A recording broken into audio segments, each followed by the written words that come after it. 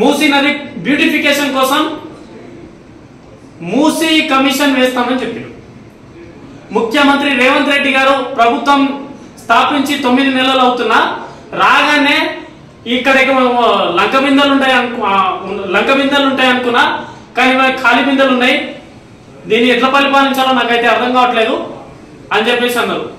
మరి దివాలా తీసిన ఈ ప్రభుత్వాన్ని, బడ్జెట్ లేక దివాలా తీసిన ఈ ప్రభుత్వాన్ని, బడ్జెట్ లేక పింఛన్లు ఇస్తలేరు, బడ్జెట్ లేక స్కూల్లో డెవలప్మెంట్లు ఇస్తలేరు, బడ్జెట్ లేక పిల్లల బాత్రూమ్లు కట్టించలేకపోతున్నారు, బడ్జెట్ లేక పౌష్టికాహారం తినిపించలేకపోతున్నారు.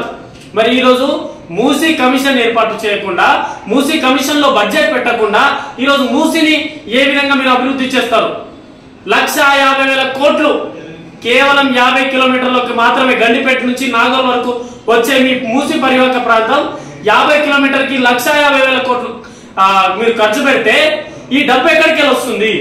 మీరు డబ్బులు జమ చేయండి. ఫస్ట్ మీకు తెలుసు, ఉత్తరప్రదేశ్ లో నమామే గంగా నది క్లీనింగ్ కోసం 2,000 కిలోమీటర్ల పైన ఉంటది, కేవలం 40,000 కోట్లతో పూర్తి చేశారు. కానీ ఈ 52 కిలోమీటర్లకు మాత్రం 1,50,000 కోట్లు కావాల్సి వచ్చింది.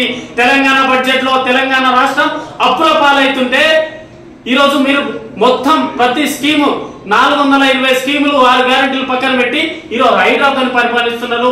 దీన్ని మీరు సమాధానం చెప్పిన తర్వాత అక్కడ మూసీ పరివాహక ప్రాంతంలో నివసిస్తున్నటువంటి పేద ప్రజలు వాళ్ళ పిల్లల జీవితాల గురించి ఆలోచించాలి. రూపాయి కూడబెట్టుకొని వాళ్ళు ఇల్లు కట్టుకున్న దాని గురించి ఆలోచించి మీరు చర్యలు తీసుకోవాలి. ఇంతకు ముందు డబుల్ బెడ్రూమ్ ఎవరి కోసం కేటాయించారు? ఇంతకు ముందు ఎంతో మంది పేదలకు ఆ డబుల్ బెడ్రూమ్ కోసం మీ సేవలలో అప్లికేషన్లు ఇచ్చుకున్నారు. మరి ఈరోజు వాళ్ళకి ఏం సమాధానం చెప్తుంది గవర్నమెంట్?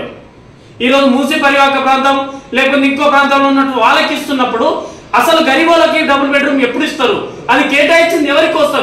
ఈరోజు మీరు ఇంత ఇమీడియట్ గా వాళ్ళ కోసం ఇస్తున్నారే, మరి ఆ పేదలు ఎక్కడ పోవాలి? ఇది ఇంద్రమ్మ రాజ్యంలో ఉన్నటువంటి ప్రభుత్వం. ఈరోజు రేవంత్ రెడ్డి గారు సమాధానం చెప్పాలి.